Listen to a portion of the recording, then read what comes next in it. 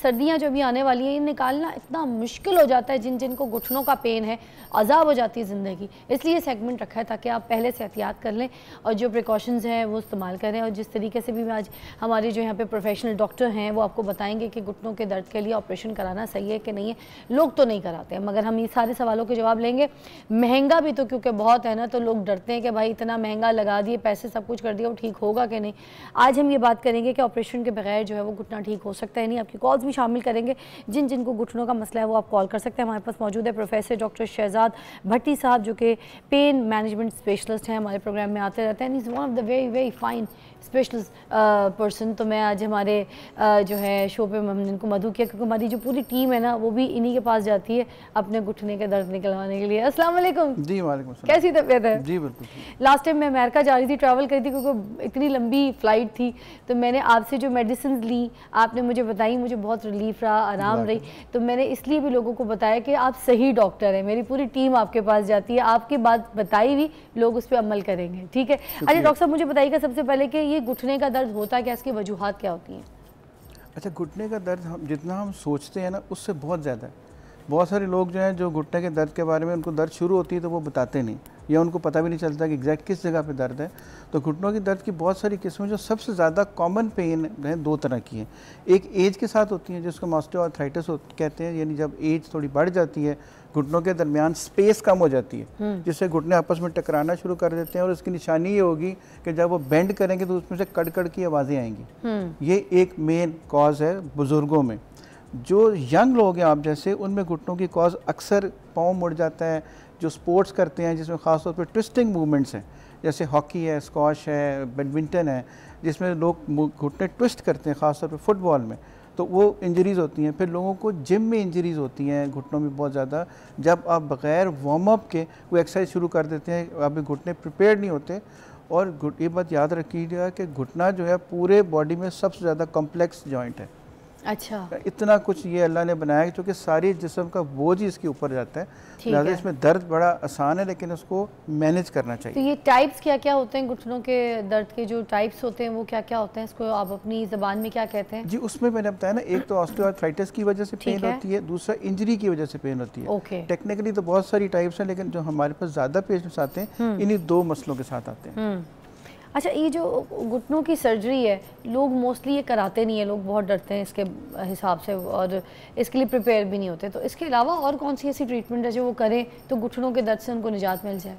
देखिए अब नए बहुत सारे ट्रीटमेंट्स आ गए हैं। सर्जरी में तो ज़ाहिर है पहले एनेस्थीसिया भी इन्वॉल्व है, उसकी अपनी कॉम्प्लिकेशंस हो सकती हैं।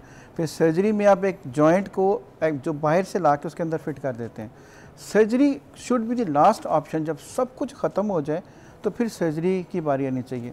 अच्छा, फिर ख़ास तौर पे वो लोग जो ओवरवेट हैं, जिनका वज़न बहुत ज़्यादा है, उनको बाज़ का सर्जरी सूट भी नहीं करती क्योंकि वज़न कम होता नहीं है, वो फिर उस तरह से वो रिस्पॉन्स आता नहीं। अब लेटेस्ट ट्रीटमेंट जो है ना घुटने को एक नहीं है। पहले लोग समझते थे जी स्टीरॉयड लगा लिया तो घुटना ठीक हो गया, इसके अलावा कोई इलाज नहीं है। अब बहुत एक चेन ऑफ ट्रीटमेंट्स हैं जो लेटेस्ट हैं। अब हम जैसे मैं सबको बताता होता हूँ कि हम सबसे पहले इसके अंदर हम घुटनों का अल्ट्रासाउंड करते हैं। अल्ट्रासाउंड करके हम ये देखते हैं कि घुटने के अंदर कोई मसल डैमेज तो नहीं है, घुटने में पानी तो नहीं है, घुटने के अंदर कोई लिगामेंट जो है वो डैमेज तो नहीं है। उसके ऊपर फिर हम एक इंसुलिन वाली नीडल लेके, जैसे सपोज एक बंदे को घुटने की सिर्फ अंदर वाली साइड पे पेन है तो सारे घुटने में टीका लगाने की क्या ज़रूरत है? अच्छा। तो हम उस जगह को पिन पॉइंट कर देते हैं अल्ट्रासाउंड से, उसके ऊपर हम एक ओजोन होती है वो लगा देते हैं इंसुलिन वाली नीडल से। ना होने के बराबर पेन होती है, साइड इफेक्ट कोई नहीं, नुकसान कोई नहीं, और उससे बहुत लोग ठीक हो जाते हैं। दैट इज ये कब तक काम करती है? ये जब तक जो अगर एक चीज़ जो डैमेज है वही हील हो गई तो फिर नुकसान क्या, फिर तो जब तक वो ठीक रहेगी वो चलती रहेगी। अच्छा। देखिए ना, आपने स्टीरॉयड नहीं लगाया, आपने एंटीबायोटिक नहीं लगाई, आपने कोई डीप इनसाइड इंजेक्शन नहीं लगाया, ज़रा सा आपने ट्रीटमेंट किया तो वो ठीक होगी। ये पहला ट्रीटमेंट है। ठीक है। इसके बाद भी बहुत कुछ मौजूद है। अच्छा। मसलन उसके बाद हम ये कर सकते हैं कि हम ब्लड निकालते हैं पेशेंट का थोड़ा सा, उसकी एक PRP होती है वो बनाते हैं, प्लेटेड रिच प्लाज्मा बनाते हैं, उसको साथ हम ओजोन मिक्स करके वो घुटने के अंदर लगा लेते हैं। जैसे सर की PRP होती है, जैसे सर की PRP होती है, लेकिन इसका थोड़ा सा तरीका मुख्तलिफ है। ये थोड़ी सी और तरीके से प्रिपेयर की जाती है। वो घुटने के अंदर एक ख़ास तरीके से हम एक इमेज में इंजेक्ट कर देते हैं। अच्छा, वो क्या करती है, घुटने के अंदर के जो सारे मसल्स अगर ओवरऑल डैमेज है तो उसको ठीक करना शुरू कर देगी। अगेन ये नेचुरल ट्रीटमेंट है, बाहर से तो कोई चीज़ दी नहीं। पेशेंट का अपना ब्लड लिया, उसी को प्रिपेयर किया, उसी को लगा दिया। इसमें थोड़ा सा टाइम लगता है, लेकिन घुटना अंदर से नेचुरल शुरू हो जाती है। सर ये कोई लेटेस्ट टेक्निक अगर आई है तो वो भी डिस्कस कीजिए, कोई ऐसी घुटनों के दर्द के लिए लेटेस्ट ट्रीटमेंट टेक्निक जो आप लोग अभी इस्तेमाल करें, या फिर पाकिस्तान में नहीं आई, प्लीज डिस्कस। नहीं, पाकिस्तान में है। अच्छा, इसके बाद हम जो लेटेस्ट ट्रीटमेंट हम आजकल कर रहे हैं उसको हम एक्सोसोम्स कहते हैं, EXOSOMES। What is this? Exosomes होते हैं कि ये एक स्टेम सेल्स, एक नाम सुना होगा हम बहुत सारे लोगों ने, ये उससे एक अगली किस्म है। ये होता है कि किसी ह्यूमन कॉर्ड से में से एक सेल्स निकालते हैं, उन सेल्स को हमें ख़ास तरीके से प्रिपेयर करते हैं, उसको फिर घुटने के अंदर इंजेक्ट कर देते हैं। अब ये करते क्या हैं, घुटने के अंदर होता है कि दो घुटनों के बीच में एक कार्टिलेज होती है जो उस घुटनों को कुशन देती है। अच्छा, जिन लोगों को घुटने की पेन होती है वो जो कार्टिलेज है वो ख़त्म हो जाएगी, तभी घुटने की हड्डियाँ आपस में मुड़ जाएंगी और जुड़ जाएंगी और कड़कड़ की आवाज़ें शुरू हो जाएंगी। अच्छा, ये एक्सोसोम्स क्या करते हैं कि ये जो कार्टिलेज है उसकी रीग्रोथ शुरू कर देते हैं, दोबारा बननी शुरू हो जाती है। इसको हम रीजनरेटिव मेडिसिन कहते हैं। ये सारी दुनिया में एक लेटेस्ट टेक्निक्स हैं जो अमेरिका से लेके सऊदी अरेबिया तक और सऊदी अरेबिया से लेके रशिया तक सब जगह पे ये लेटेस्ट काम है। अच्छा, जो हो रहा है पाकिस्तान में भी हम कर रहे हैं। अच्छा, उसमें सिर्फ एक इंजेक्शन लगाना है, एक पूरा एक प्रोटोकॉल है उसका, और उसके बाद ख़त्म।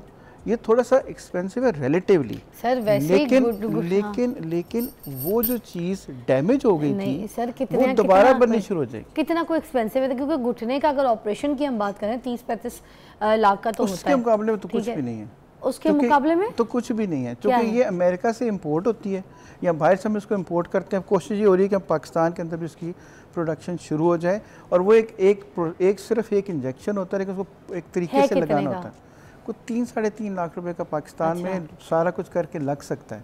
और उसके बाद आपने 2 से 3 महीने उसको रीजनरेट होने में लगते हैं। हाँ। और अक्सर हमने काफ़ी केसेस किए यहाँ पे, और उससे होता है फिर ये तो फिर नॉर्मल है। तो लोग नहीं, बाकी मतलब उसके हिसाब से घुटने के ऑपरेशन से तो बहुत ही नॉर्मल है, पौना भी नहीं। हाँ। एक कॉल है शहजाद साहब, मैं उसको शामिल करना चाहूँगी। अस्सलाम वालेकुम जी, कौन है? शाहिदा जी। वालेकुम सलाम जी। वालेकुम शाहिदा जी, क्या कहेंगी?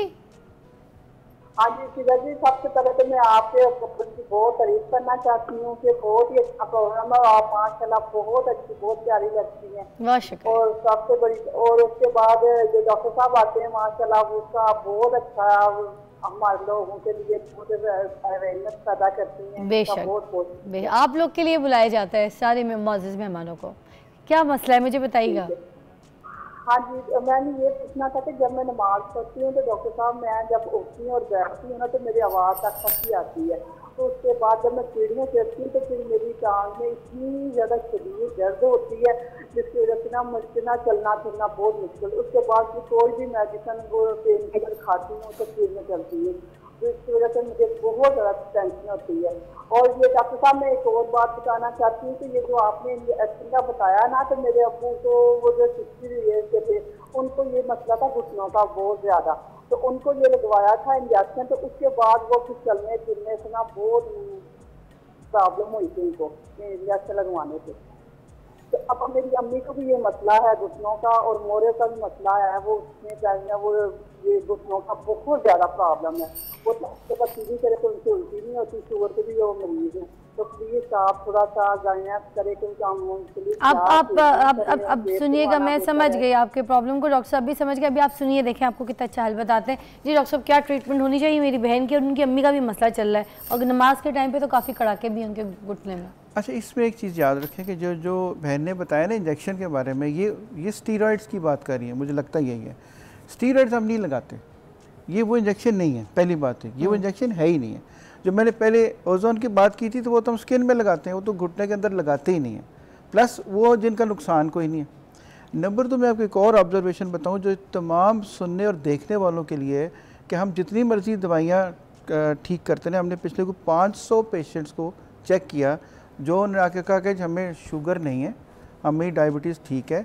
मैं सुबह की जो नाश्ते से पहले की शुगर इतनी होती है, नाश्ते के बाद कितनी होती है, लेकिन हम एक टेस्ट कराते हैं जो 3 महीने की शुगर चेक करता है। उन 500 में से जिनकी दर्दें ठीक नहीं होती थी उनमें से 490 पेशेंट तकरीबन ऐसे थे जिनकी वो HbA1c लेवल उसको कहते हैं वो ज़्यादा था। लिहाजा मेरी बहन को चाहिए कि सबसे पहले अपना शुगर लेवल चेक कराएं किसी लैब से जो 3 महीने वाला टेस्ट होता है। 3 महीने वाला? जितनी जितनी मर्जी दवाइयाँ लेते रहे जब तक वो लेवल कंट्रोल में नहीं आएगा किसी दवाई का उतना असर नहीं होगा, चाहे ऑपरेशन भी करा लें चाहे जो मर्जी कर लें, क्योंकि वो एक ऐसा कोई आपस के अंदर इनका रिलेशन है कि जब तक वो लेवल ठीक नहीं होता उस वक्त तक दर्दें भी ठीक नहीं होती। ठीक है, तो ये पहले चेक करा के फिर रिपोर्ट डॉक्टर को चेक जरूर चेक कराना चाहिए। नंबर 2, ये दर्दें जो बता रही हैं ये ट्रीटेबल है। इनका एक एक्सरे चाहिए, पता चल जाए कि बीमारी की नौयत क्या है और कितनी ज़्यादा है, उसको हम ट्रीट कर सकते हैं। और ये ट्रीटेबल है? बिल्कुल ट्रीटेबल है। और पेन ट्रीटेबल है।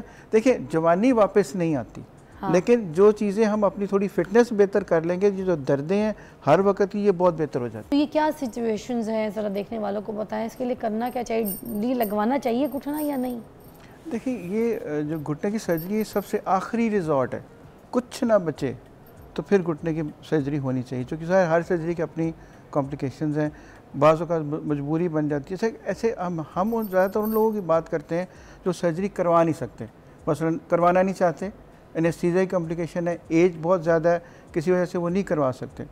अब हमने लास्ट बात की जी कि अगर कोई दर्दें ठीक नहीं हो रही, हमने सब कुछ कर लिया फिर भी दर्द ठीक नहीं हुई, हमने सारे ट्रीटमेंट्स कर लिए फिर भी दर्द ठीक नहीं और एज बहुत ज़्यादा है, तो हमें आखिर में क्या करते हैं कि एक रेडियो फ्रीक्वेंसी एब्लेशन हम लफ्ज़ इस्तेमाल करते हैं।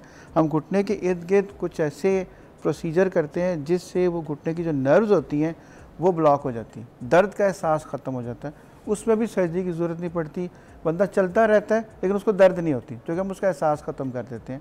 उसको रेडियो फ्रीक्वेंसी एब्लेशन कहते हैं, ये भी एक लेटेस्ट ट्रीटमेंट है। अब वो जो दर्द बिल्कुल रिलीफ हो जाता है, दर्द का एहसास ही खत्म हो जाएगा तो दर्द नहीं होगा। तो वो कितने टाइम तक रहता है? वो मुस्तकिल भी हो सकता है, हम उसको मुस्तकिल बंद कर सकते हैं। अच्छा, हाँ वो मुस्तकिल हो सकता है कि अंदर तो जब नर्व्स होती हैं जिनको आप ब्लॉक कर देते हैं, जी उनको नर्व्स को हम बाज़ औक़ात बर्न भी कर सकते हैं, ताकि वो जो अगर बाकी मादा उनकी ज़िंदगी अगर वो सर्जरी नहीं करा सकते तो उनको दर्द नहीं होगी, क्योंकि दर्द का एहसास ख़त्म हो जाएगा। अच्छा, दूसरी उसका कोई साइड इफेक्ट भी तो होता होगा डॉक्टर साहब, कि दर्द तभी होती है ना जब कोई अंदर जख्म हो, कोई चोट हो या कोई तकलीफ हो या कोई चीज़ आपस में ऐसे टकरा रही हो। टकराने तो सब कुछ कर लिया अगर और दर्द ख़त्म नहीं हो रही तो फिर कुछ तो करना है ताकि ज़िंदगी की क्वालिटी ऑफ लाइफ तो बेहतर हो। मगर वो मज़ीद अंदर कोई चीज़ घुटना डैमेज तो नहीं करेगी? यही तो चीज़ों के खौफ आते हैं। जितना डैमेज होना होता है वो हो चुका होता है। अच्छा। ये लास्ट रिजॉर्ट बता रहा हूँ। अच्छा, दूसरी बात आपने पूछी, बड़ा अच्छा सवाल पूछा कि जिन लोगों की घुटने की सर्जरी हो गई और उनको आराम नहीं आया तो उनका क्या करें। और ऐसे बहुत सारे लोग आते हैं जो घुटने की सर्जरी करा चुके हैं और उसके बावजूद या आराम नहीं आया या कुछ अरसे बाद दोबारा दर्द शुरू हो गई। तो उनका जो भी प्रोसीजर्स मैंने आपको बताए हैं उनमें से अक्सरियत इवन 2 की सर्जरी हो चुकी है, इसके बावजूद वो हो सकते हैं। हम उनका अल्ट्रासाउंड भी कर सकते हैं, उनमें ओजोन भी लगा सकते हैं और वो सेफ़ हैं। मगर डॉक्टर साहब ये सब तो करने के बाद हम घुटने की सर्जरी पे जाते हैं ना, मतलब सर्जरी तो एक लास्ट ऑप्शन होता है, पहले तो हम सारी ट्रीटमेंट करने के बाद फिर जाएंगे ना, उस हिसाब से मुझे बताइएगा कि ये फिर अब ये सारा कुछ होने के बाद अगर घुटने का ऑपरेशन हो गया, ठीक है, फिर फाइनल जो सिचुएशन आपने बताई कि भाई अब ऑपरेशन हो, उसके बाद भी अगर घुटना फेल हो गया फिर वही वाले प्रोसीजर्स दोबारा आगे भी चल सकते हैं? वो फिर हमें उनकी घुटने के और तो कुछ होना नहीं, तो हम पेन तो रिलीव करें ना। हमारा पेन मैनेजमेंट का काम यह है कि लोगों की क्वालिटी ऑफ लाइफ बेहतर होनी चाहिए।